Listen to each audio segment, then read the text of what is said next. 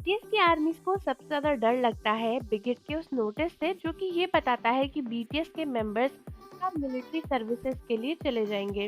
और आजकल किसी भी दिन सुबह उठ के हमें एक ऐसी नोटिफिकेशन आ सकती है जहाँ पर बीटीएस के मेंबर्स की मिलिट्री सर्विस के बारे में इंफॉर्मेशन दी गई हो। और फाइनली बीटीएस की आर्मीज का ये बिगेस्ट नाइटमेयर सच हो चुका है, क्योंकि आज सुबह सुबह उठते ही आर्मीज को एक धमाकेदार न्यूज मिली है, जिसके बाद आर्मीज की दुनिया यहाँ से वहाँ हो गई है। और ये न्यूज है कि बीटीएस के बचे हुए 4 मेंबर्स यानी आरएमवी, जिमिन और जंगकुक एक साथ मिलिट्री में चले जाएंगे। और ये सुनकर आर्मीज का दिल बैठा जा रहा है, क्योंकि एक नहीं चारों मेंबर्स एक साथ चले जाएंगे, जो कि बहुत ही बड़ी बात है और आर्मीज के लिए काफी शॉकिंग भी है।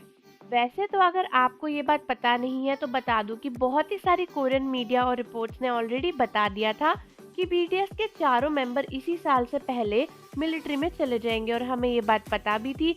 लेकिन हमें ये नहीं पता था कि चारों मेंबर्स एक साथ चले जाएंगे।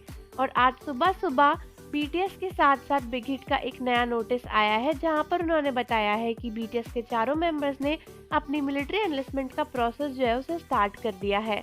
तो वैसे तो आर्मीज को लगा था कि बीटीएस के मेंबर्स जो है वो इस साल के एंड तक जाएंगे, लेकिन अभी से ही ये नोटिफिकेशन आ चुका है। वैसे भी बीटीएस के मेंबर्स अपने सभी प्रोजेक्ट्स को पूरा कर ही चुके हैं। आरएम का भी कुछ नया आने वाला है, उन्होंने बताया था। और वी भी एक नया सरप्राइज लेकर आ ही रहे हैं। साथ में जंगकुक का सोलो कॉन्सर्ट अभी कल ही खत्म हुआ है, तो हो सकता है कि इसके बाद सभी मेंबर्स एक साथ जाने की प्लानिंग कर रहे हों।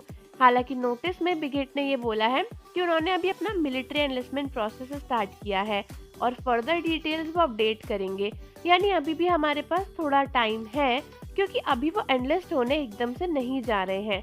उनकी एनलिस्टमेंट की डेट बाद में अनाउंस करी जाएगी, लेकिन हाँ, ये अनाउंस कर दिया गया है कि चारों मेंबर्स एक साथ ही मिलिट्री में चले जाएंगे।